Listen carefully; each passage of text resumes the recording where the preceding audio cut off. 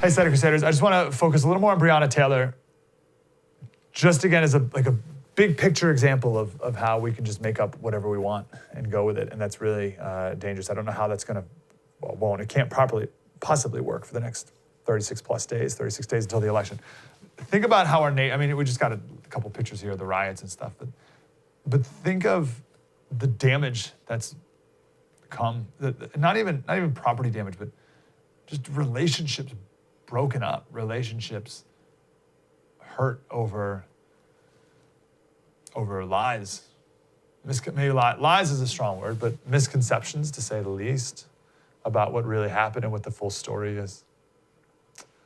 Let's do the quick of it here. Jamarcus Glover. Jamarcus Glover is the guy we really need to be aware of. 2008, he was sentenced. And here's the thing with, I think we have a picture of him. So we can do it, and this is what the media can do. The media can play, every time you see Jamarcus Glover, it's going to be a picture of him smiling with his ex-girlfriend, Breonna Taylor.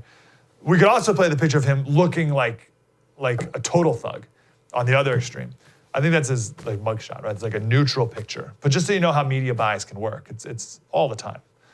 So that's Jamarcus Glover. 2008, he was sentenced to 17 years in prison in Mississippi for selling cocaine. He served less than 6, moved up to Louisville, was arrested again in 2014, and began dating Breonna Taylor in 2016.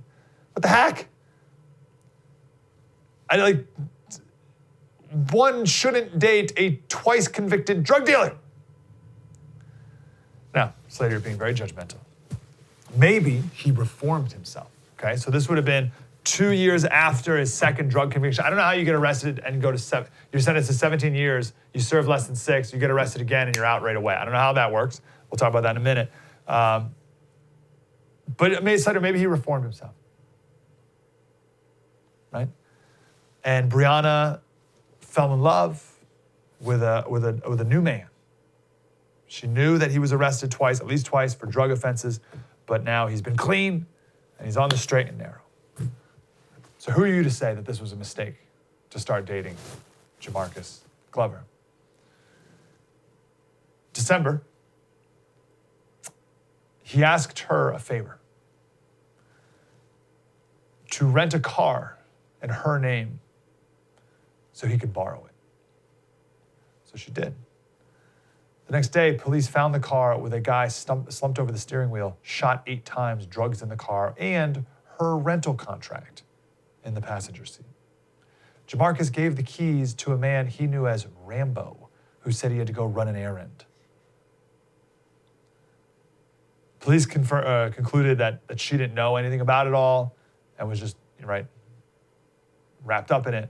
But they did question how involved she was with Jamarcus's drug dealings. And there was a female investigator who asked, she was at her apartment with both of them, and the female investigator asked if, are you involved with this? And they both sort of mumbled, and the investigator said, so how are you getting all these little fine things you've got on? So the point of bringing this up is, you should get away from the guy, probably the twice convicted drug dealer, right? But you should definitely get away from the guy after he takes a rental car in your name, gives it to someone else who gets riddled with bullets, dragging you into a murder case. But she didn't. Stayed with him. Kept posting his bail. He called her 48 times from jail. She knew what she was involved in. Did she want to get out of it? Probably. And nothing is a reason to get shot by police officers, right? Everyone deserves a proper trial and all that, sure. But the problem with, and this is why the left will not allow anyone to have this kind of conversation, because you're blaming the victim, right? The left is so quick to blame. Oh, you can't blame the victim. You're blaming the victim. You're blaming the victim. No. The problem with making her out to be a person without any agency at all is it makes it seem like anyone, any black person, could also be randomly killed by police at any time.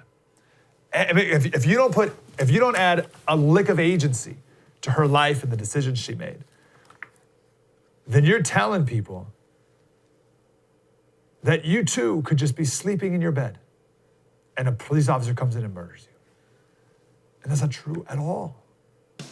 Wow, that was deep and insightful.